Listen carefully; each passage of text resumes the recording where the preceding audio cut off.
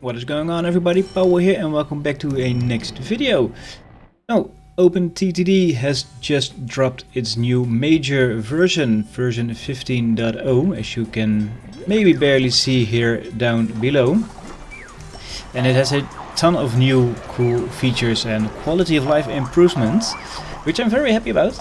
And I would like to share a few of them with you right here.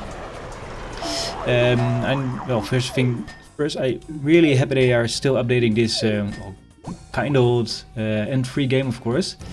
Thanks for the people behind it. And if you want to, you can go to the OpenTTD website, check out all the details about this new update, and there's a donate button, so you can donate a few bucks or euros to support the project where they can continue to develop this game. Alright, first thing first, I have a new background. This is the Candyland theme, Toyland landscape style case. That's a default theme inside the game. I've loaded up the game a few times, see if it changes, but it always default to this Toyland landscape style background. Not sure if I like it, but yeah, it is what it is. But most importantly, they have a new main menu right here. All the small buttons are now more condensed into bigger buttons, which I think make more sense on what they are doing. Another major thing is that they merge the game options and settings into one game options menu, which I think totally makes sense. So going into the game options, you have the old general settings that were there before, and then the advanced settings with all the settings available to you, where you can tweak a whole bunch more stuff to the game, including, if you can hear, I think it's train size or length, not sure, we can... Ooh, nope. Maximum length of trains and all stuff. You can search for those settings right here, and they are now all under game options. So that's really nice. Also, something really nice is the auto-detect size for the interface. Oh, that's a hell of an interface right into your face. I like this size better, so you can decide for yourself what you want with that, of course. Well, speaking of the menu section, while you are in the game, you of course have the main menu items right here at the top. They've updated a few icons here and there. They also included tramway infrastructure as a default button, but you still need your ref settings for that to work, so that's something new. But another new thing is, like clicking here on whatever menu, it just drops down the menu and opens it, and you can then select whatever item is available to you there. In the old version you had to hold the mouse button to select other options from the menu, otherwise it would just default to the opening the first item of the menu. And they also added a few extra options here to the settings menu, including the game options, and the settings is being removed. But you can also now station names can be displayed based on their type of station. You can remove or show only bus stops or train station if you like. So that's something very nice as well. And something else that has been added to the stations for stations, industries and towns is when you open a factory, in this case, a very busy factory here. They added a new button nice next to the industry chain button. The cargo graph, show the graphs of industry cargo history.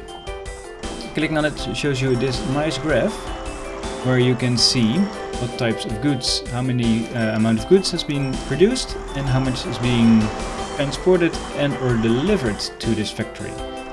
You can highlight the amount of goods produced. You can see I'm producing a whole bunch of goods, but not so much transporting it. So meaning I really need to improve on my train lines for this station to be keeping up with the amount of goods being transported. And you can also see the amount of goods that are being delivered to the factory here. And of course they are fluctuating according to the amount of trains that are coming and going. So those are some nice stats which you can use. Quickly see how your factories are doing, other than looking at the amount of crates of goods waiting by this station in this case. And that's also something nice, and that's, well, for all towns and industries they added these graphs also for passengers and mail being supplied. Well, yeah, transported is not, because I'm not transporting anything in the of this town right here. So the next new thing I wanted to highlight is when you start a new game, you can also choose all kinds of settings here. But a new option here is map edges, where you can have a random map edge. You can set it manual to freeform or whatever to water. But you can also choose a new option, infinite water. So if we then generate this world, then we get a message about my fierce industry update. But if we zoom out and scroll across the edges of the map, you can see everything is surrounded by infinite water. And well, if you now zoom out in maximum form,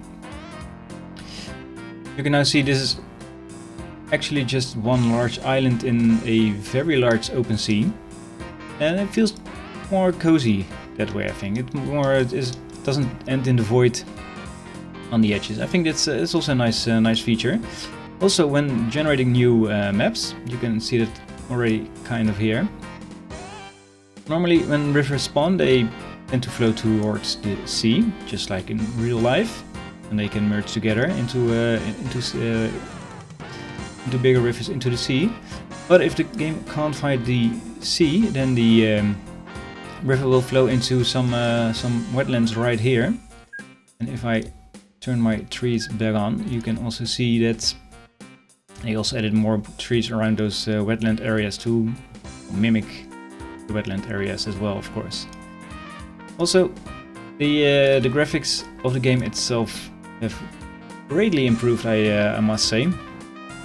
Everything looks a little bit more sharper, more nicer. Trees are more rounded out. The buildings and roads also do look better. So that's something very nice as well. And like I said, that's all just into the game without any trouble.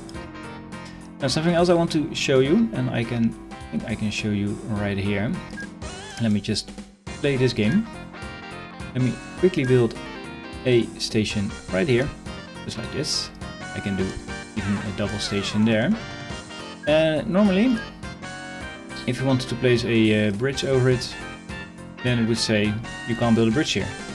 Now you can see the bridge is 50 meters too low for construction station, because they added the options where you can build stations, bridges over stations. So if I raise the land surrounding it, then it will still say this is too low, 50 meters. 50 meters is one square up. So if I do this, now you can see I can select a bridge type, and then there we have it. We have a bridge over a station. That's also something very new, and that is something very nice. And also, of course, you can build over roads right now, and also over bridges over road stops as well.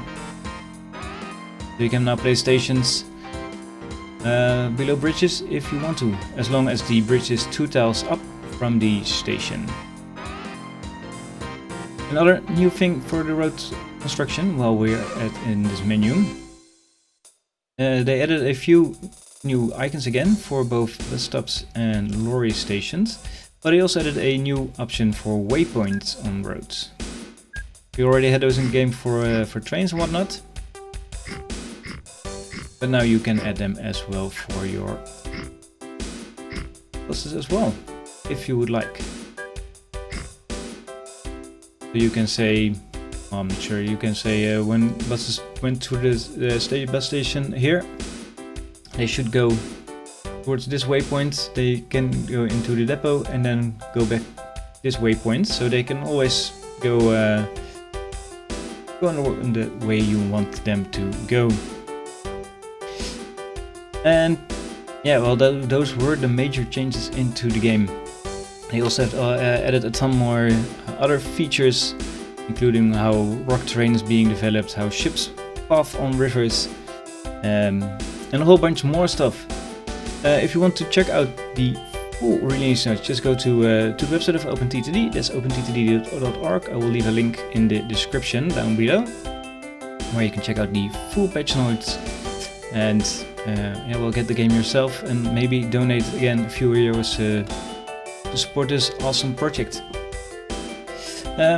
With all that said and done, I'm ending this video right here.